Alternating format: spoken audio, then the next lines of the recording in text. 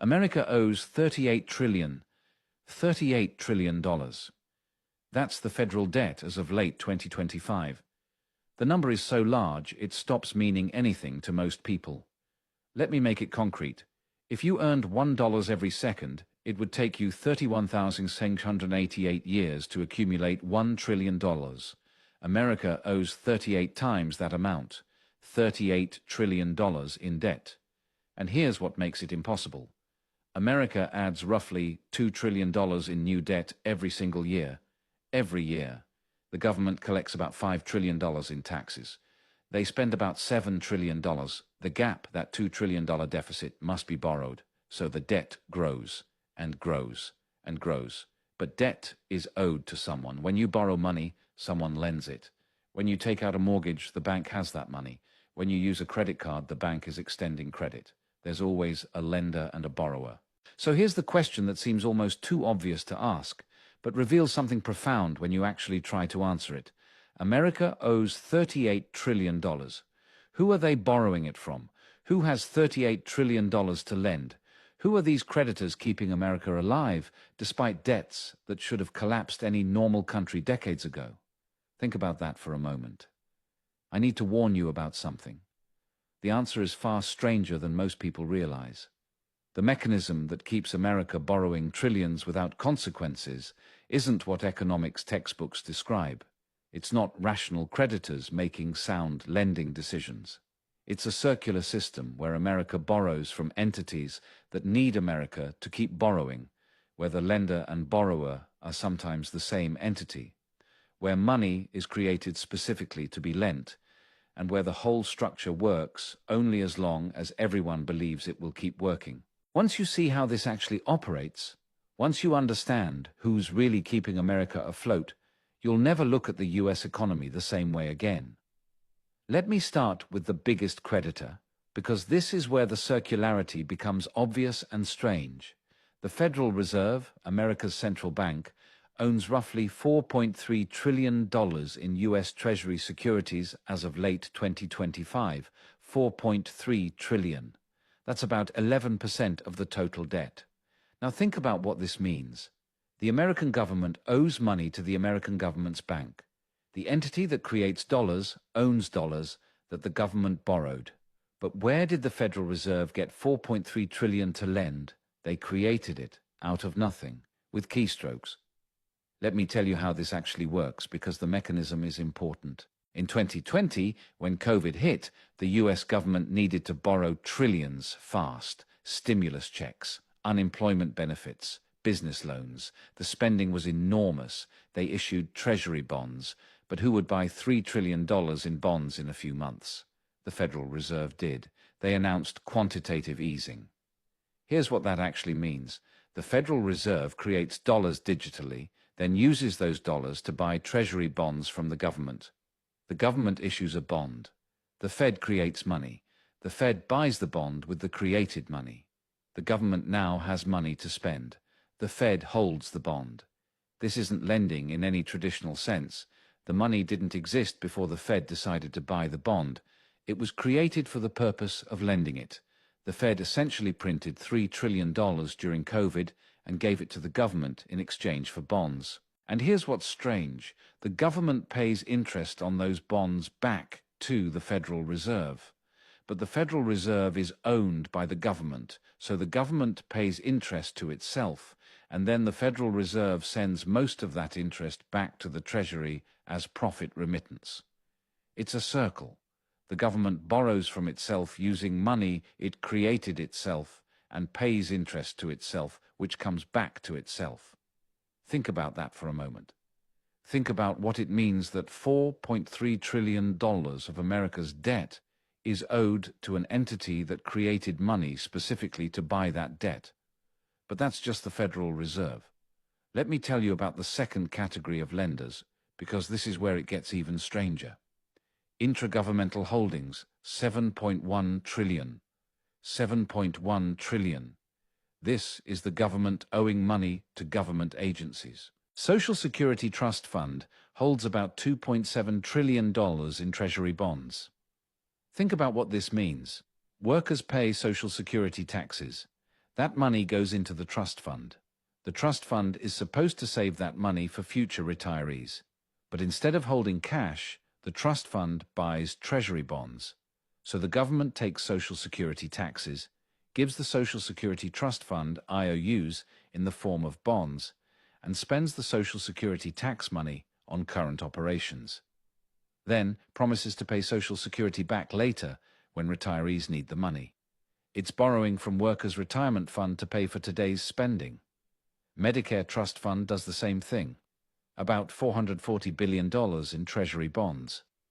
Military Retirement Fund holds $1.5 trillion. Federal employee retirement funds hold hundreds of billions more. Add it up.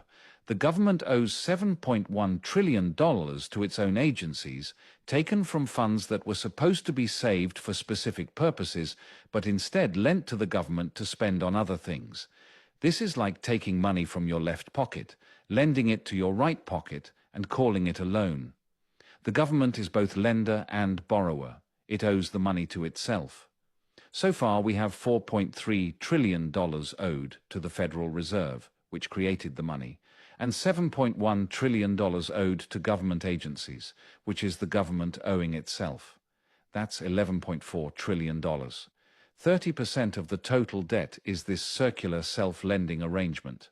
But there's still $26.6 trillion owed to someone else. Let me tell you who. American individuals and institutions hold roughly $10 trillion US debt. Pension funds, mutual funds, insurance companies, state and local governments, banks, and individual investors buying treasury bonds directly. Let me tell you a story about how this works, because the personal level reveals the circularity. There's a teacher in Ohio. She's 55 years old, been teaching for 30 years. Every month, part of her salary goes into her pension fund, the Ohio Public Employees Retirement System. That pension manages $112 billion in assets for Ohio public workers. Where does that pension fund invest? Partly in treasury bonds. They hold billions in U.S. government debt. Why? Because treasuries are considered the safest investment, guaranteed by the full faith and credit of the United States government. So this teacher's retirement depends on the U.S. government's ability to pay back bonds. Her financial security is tied to America not defaulting on debt. But here's what's interesting. This same teacher probably worries about the national debt. She sees headlines, $38 trillion in debt. It sounds terrifying, unsustainable. The country is drowning. But she doesn't realize she's one of the people keeping America alive. Her pension fund is one of the creditors. If America paid off all its debt tomorrow, her pension fund would lose one of its safest, most reliable investments. Where would they put $10 or $20 billion instead? Corporate bonds are riskier. Stocks are volatile. Real estate is illiquid. American savers need treasury bonds as much as the government needs to sell them. It's symbiotic. The borrower needs lenders. The lenders need the borrower. This teacher is simultaneously worried about government debt and dependent on government debt for her retirement. She's part of the system keeping America borrowing, and she's not alone. Millions of Americans have pensions, 401ks, mutual funds, insurance policies, all holding treasury bonds. They're the creditors. They're keeping America alive. And most don't realize they're part of the creditor class they imagine is some external entity. Think about that for a moment. Americans are lending money to their own government through their retirement savings, which means the debt is owed to themselves, which means it's not really external debt in any traditional sense. But that's just domestic lenders. Let me tell you about foreign creditors, because this is where it becomes truly global, and the mechanisms get fascinating. Foreign governments and institutions hold about $8.1 trillion in U.S. treasuries as of late 2025. $8.1 trillion. That's 21% of total debt. Japan is the largest foreign holder. They own about $1.1 trillion in treasury securities. China owns about $760 billion. United Kingdom owns $723 billion. Belgium, a tiny country, owns $354 billion. Much of that is probably held by international institutions using Belgium as a tax haven. Luxembourg owns $373 billion. Similar story. But here's the question. Why do these countries buy so much US debt? Is it charity? Are they helping America out of goodwill? No. They're buying treasury bonds because it serves their interests. Let me show you how. Japan exports cars, electronics, machinery to America. Americans buy these products with dollars. Japanese companies earn dollars. Lots of dollars. Toyota earns billions. Sony earns billions, all in dollars. Those companies need to convert dollars into yen to pay workers in Japan, to pay suppliers, to operate domestically, so they sell their dollars to Japanese banks. The banks accumulate dollars. Now what? If all those banks tried to convert dollars to yen at once, the yen would strengthen dramatically. A strong yen makes Japanese exports more expensive. If a Toyota costs $30,000 and the yen strengthens by 20%, that Toyota now costs $36,000 to Americans. Sales fall. Japanese economy suffers. So Japan doesn't want the yen to strengthen too much. What do? The Bank of Japan buys those dollars from Japanese banks. The central bank accumulates dollars. By late 2025, Japan holds about $1.1 trillion in dollar reserves. But you can't just hold dollars as cash. That earns no return. So where do you invest $1.1 trillion? The US Treasury market is the largest, most liquid bond market in the world. It can absorb $1.1 trillion easily. So Japan buys Treasury bonds. Japan isn't lending to America out of kindness. Japan is managing their currency to keep exports competitive, and buying treasuries is the mechanism to do it. Think about the circularity. America buys Japanese goods. Japan takes those dollars and buys American bonds. The money flows in a circle. America imports physical goods. Japan imports financial assets. Neither side is getting ripped off. It's mutually beneficial. But here's what's interesting. This system works only as long as both sides want it to continue. America needs Japan to buy treasuries to finance deficits. Japan needs America to buy their exports to sustain their economy.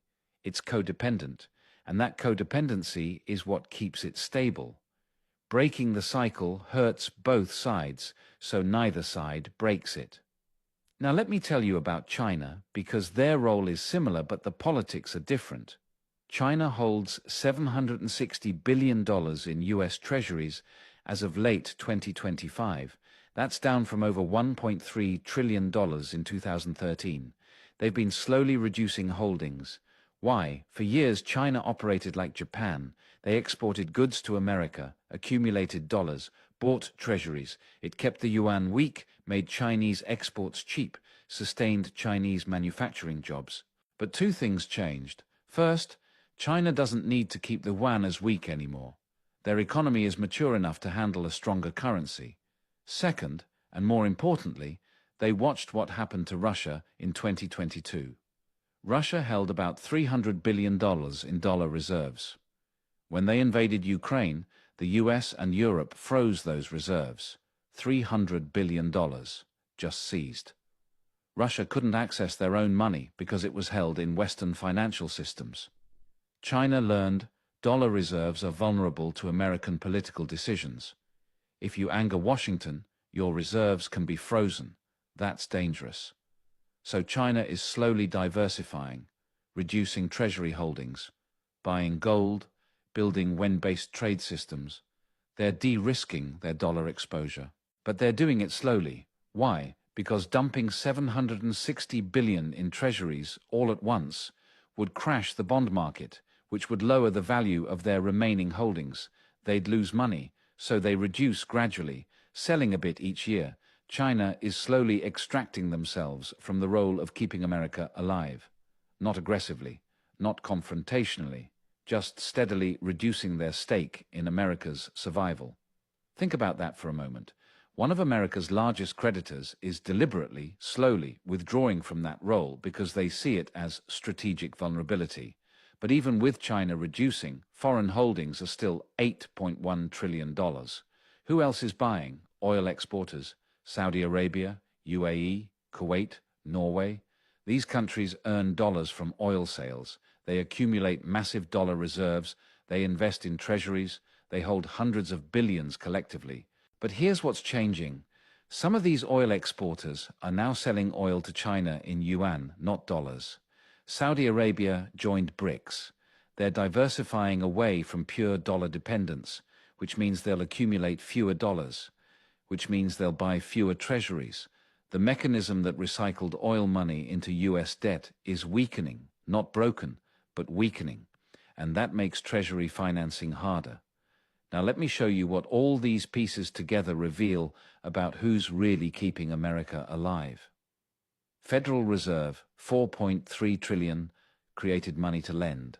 Intragovernmental holdings, $7.1 trillion government owes itself.